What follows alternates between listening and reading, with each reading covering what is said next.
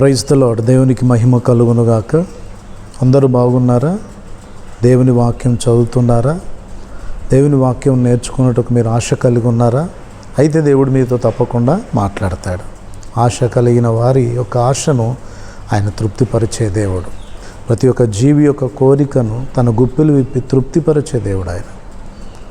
నీ మాటలు వింటున్నప్పుడు నిజముగా నీకు ఆశ కలుగుతుంది కదూ, శ్రద్ధగా వింటావు కదూ. ఎందుకంటే ఇవి దేవుని మాటలు, మనుషుల మాటలు కాదు. కనుక శ్రద్ధగా దేవుని మాటల మీద మనసు పెట్టండి, జాగ్రత్త వినండి. ఈ మాటలే మిమ్మల్ని బ్రతికిస్తాయి, బలపరుస్తాయి. 119వ కీర్తనలో మనం చూస్తే 16వ వచనం, 119వ కీర్తన 16వ వచనములో, నీ కట్టడలను బట్టి నేను హర్షించెదను, నీ వాక్యమును నేను మరవకయుందును అంటున్నాడు. ఎవరు? దావీదు. దావీదు ఎవరు? గొర్రెల కాపరిగా ఉన్న దావీదు ఇశ్రాయేలుకు రాజుగా చేయబడ్డాడు. మనకు తెలుసు కదా.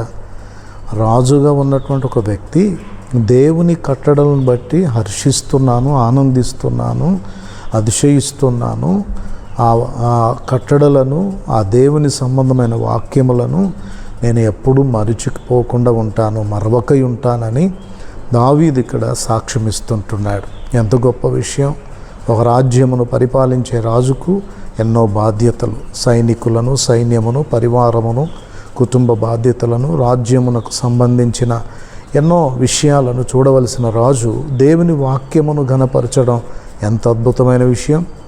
ఈరోజు ఈ మాటలు వింటున్న నీ జీవితంలో కూడా మరి నాకు ఎన్నో బాధ్యతలు ఉన్నాయి, ఎన్నో పరిస్థితులు ఉన్నాయి, ఎన్నో సమస్యలు ఉన్నాయని దేవుని వాక్యమును నిర్లక్ష్యపరచకూడదు. కానీ నువ్వు ఎంత బిజీగా ఉన్నా మొట్టమొదటిగా దేవుని వాక్యము దగ్గరికి వచ్చిన తర్వాతనే నీ పనులన్నింటిలో నువ్వు ముందుకు వెళ్ళగలిగితే నువ్వు తప్పకుండా సక్సెస్ అవుతావు. ఇది నువ్వు ప్రాక్టికల్గా నువ్వు చేసి చూడు, నీకు అర్థమవుతుంది. ఓకేనా? మరి ఇక్కడ దావీదు 119 కీర్తన 16వ వచనములో నీ వాక్యమును నేను మరవకయుందును అంటున్నాడు. అవును, వాక్యమును ప్రేమించాలి, వాక్యమును చదవాలి, వాక్యమును ధ్యానించాలి. అంత మాత్రమే కాదు, ఆ వాక్యమును నిత్యము జ్ఞాపకం ఉంచుకోవాలి. వాక్యమును మనం ఎన్నడూ మరిచిపోకూడదు. ఇది చాలా ప్రాముఖ్యం. మన అనుదిన ఆధ్యాత్మిక జీవితంలో ఈ లోక యాత్రలో మనం ముందు కొనసాగుతున్నప్పుడు మనము దేవునికి మహిమకరంగా నడిపించబడడానికి ఎన్నో ఆటంకాలు, ప్రతికూలతలు వస్తాయి. వాళ్ళొకరు వీళ్ళొకరు వచ్చి నువ్వు ఇది చేయి, అది చేయి, ఇలా నడువు, ఇలా ప్రవర్తించు, ఇలా జరిగించు ఆలోచనలు ఇస్తున్నప్పుడు ఏం చేయాలో చేయకూడదు మనకు అర్థం కాదు. అలాంటి టైంలో దేవుని వాక్యమును ముందు పెట్టుకొని వాక్యం ఏది చెబుతుందో అది మనం చేయడానికి వీలు పడుతుంది. వాక్యాన్ని నిత్యము జ్ఞాపకం ఉంచుకోవడం ద్వారా. ఈ సమయంలో ఒక 2 విషయాలు మీకు జ్ఞాపకం చేస్తాను. దేవుని వాక్యం మనలో ఏ విధమైనటువంటి క్రియను జరిగిస్తుంది, మనలో ఏ విధంగా పనిచేస్తుంది అంటే, మొట్టమొదటిగా దేవుని వాక్యము నీ నడతను, నీ యొక్క బ్రతుకును స్థిరపరుస్తుంది. 119వ కీర్తన 11వ వచనములో, మనము 9వ వచనములో, 119వ కీర్తన 28వ వచనములో కనుక మనం చూస్తే వాక్యం మనల్ని స్థిరపరిచేదిగా కనబడుతుంది. దేవా, నీ వాక్యము చేత నన్ను స్థిరపరచుము అంటాడు. నీ వాక్యము చేత నన్ను స్థిరపరచుమంటాడు దావీదు. అంటే దావీదుకు అర్థమైంది ఏంటి? దేవుని వాక్యమును బట్టి నా నడక, నా స్థితి, నా బ్రతుకంతా కూడా స్థిరమైనదిగా ఉంటుంది. 51వ కీర్తనలో ప్రభువా స్థిరమైన మనసు నాకు నూతనముగా పుట్టించంటాడు కదా. మరి దేవుడు మాత్రం అది చేయగలడని దావీదుకు అర్థమైంది కనుక దేవుణ్ణి అడుగుతుంటున్నాడు. 119వ కీర్తన 9, 11 వచనాలు చూస్తే, నీ వాక్యమును జాగ్రత్తగా చూచుకొనుట చేత నేను పాపము చేయకుండా ఉంటాను, అందుకొరకు నా హృదయములో నీ వాక్యాన్ని ఉంచుకుంటున్నానని దావీదు అక్కడ మాట్లాడడం మనం చూస్తాం. అవును, మరవక నిత్యము జ్ఞాపకం ఉంచుకున్న వాక్యం, హృదయంలో భద్రపరచబడిన వాక్యం కుడి ఎడమలకు తొలగిపోకుండా నువ్వు సరి అయిన దేవుని మార్గంలో నడవడానికి నీ ఆలోచనలను, నీ మనస్సును, నీ హృదయ ధ్యానములన్నిటిని కూడా అది కంట్రోల్ చేస్తుంది. నిన్ను స్థిరమైన ఆలోచన చేత దేవుని కొరకు, దేవుని వైపు నేను ముందుకు నడిపిస్తుంది. కనుక వాక్యం మనలో చేసే మొట్టమొదటి పని ఏంటిదంటే అది మనలను స్థిరపరుస్తుంది. రెండవది ఏంటిదంటే దేవుని వాక్యం మనల్ని బ్రతికిస్తుంది. అద్భుతమైన మాట కదా. 119వ కీర్తన 25వ వచనములో దావీదు అంటాడు, ప్రభువా నీ వాక్యము చేత నన్ను బ్రతికించుము అంటున్నాడు. నీ వాక్యం చేత నన్ను బ్రతికించుము. తింటే కదా బ్రతికేది, త్రాగితే కదా బ్రతికేది అని మనం అనుకుంటున్నాం కదా. ప్రభు ఒకసారి అంటాడు అపవాదితో, మనుష్యుడు రొట్టె వలన కాదు దేవుని నోటి నుండి వచ్చు ప్రతి మాట వలన బ్రతుకుతాడని చెప్తాడు. మరి దావీదు కూడా అది తన ఆత్మలో గ్రహించుకున్నాడు, దేవుని మాటలే నన్ను బ్రతికిస్తాయని.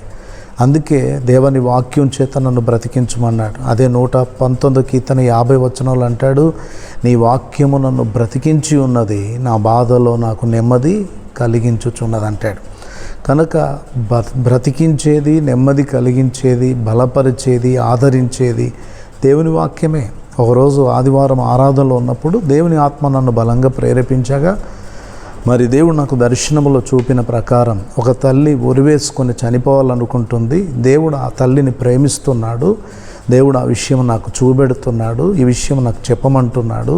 దేవుడు నిన్ను ప్రేమిస్తున్నాడు, నువ్వు చావనక్కర్లేదని ప్రవచనాత్మకంగా ఆ మాటను చెప్పాను. దేవుడు నన్ను బలంగా ఒత్తిడి చేసిన కారణాన ఆరాధన అయిన తర్వాత ఆ తల్లి వచ్చి మరి పాదముల మీద పడి భయంకరంగా ఏడుస్తూ ఉంది. ఎందుకు ఏడుస్తున్నావమ్మా అంటే ఆమె అంటది, అయ్యా దేవుడు మాట్లాడింది నాతోనే, చనిపోవాలి, చివరిసారిగా దేవుని మాటలు విని అన్నయ్యతో ప్రార్థన చేయించుకొని ఇంటికి వెళ్ళి చనిపోదామని ఉరితాడు తీసి ఇంటి దగ్గర సిద్ధపరచుకొని వచ్చాను. మీరు వస్తే నేను మీకు చూపించగలను అన్నయ్య.